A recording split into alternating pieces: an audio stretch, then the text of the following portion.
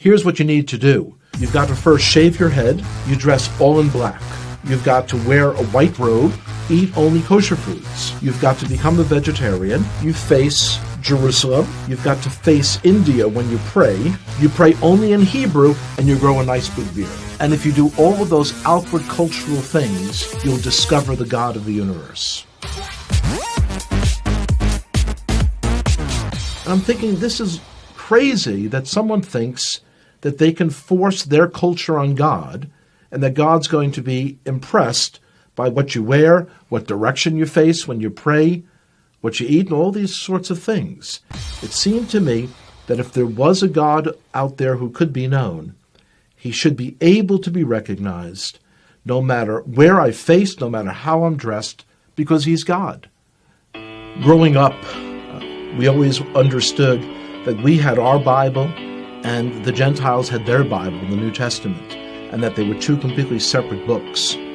Because the only people I knew who were believers in Jesus were all people in our public school who were Italian Catholic, I imagined that Jesus was Italian.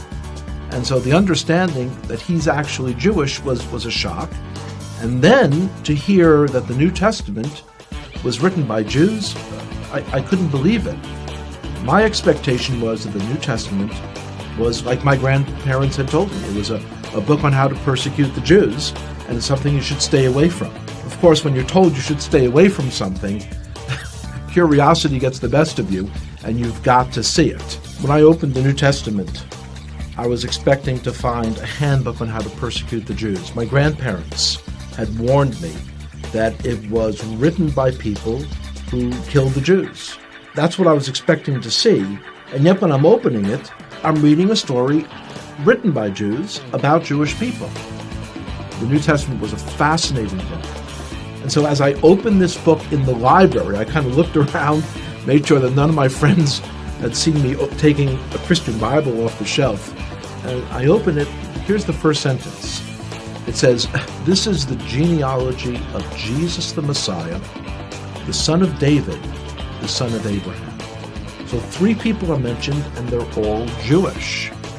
I was very shocked.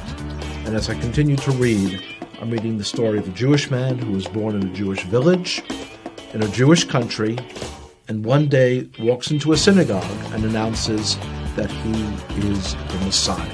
The more I read the words of Jesus, the more I became attracted to him. It was as beautiful as anything I had ever read in any other part of the Bible. As I came to faith that Yeshua, that Jesus was the Messiah, it was clear that that was the most Jewish thing I could do. This is not the person who's a renegade to our people. This is the one who was promised in our Bible, the 53rd chapter of Isaiah. It is astonishing. If you would just read that chapter, just without the Bible being around it, you would say, oh, this is some Christian Bible. This is Jesus. When you realize, though, that it's in the middle of our Bible, our Jewish Bible. When I first came to faith, I dared not tell my father, because this is a time period in the 1970s when there were lots of gurus and cults. And he was very concerned about me getting involved in some crazy sect and going off someplace. So I waited for months. And when I finally told him, he was very skeptical. On his own then, he started to read about Jesus as well.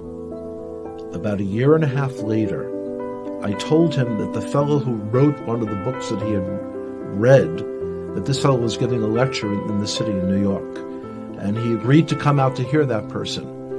And one of the most amazing moments of my life was the speaker said, "Would everyone here who is a Jewish believer in Jesus, would you raise your hand?" And I raised my hand. My father also raised his hand. And I looked over and I said, "Pop," he didn't say would all the Jews raise their hand. He said, would all the Jewish believers in Jesus raise their hand?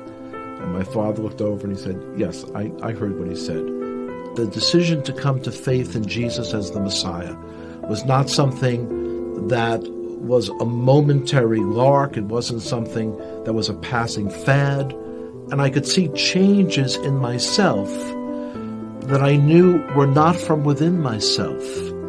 I had kind of tapped in to a truth for our Jewish people that was very powerful.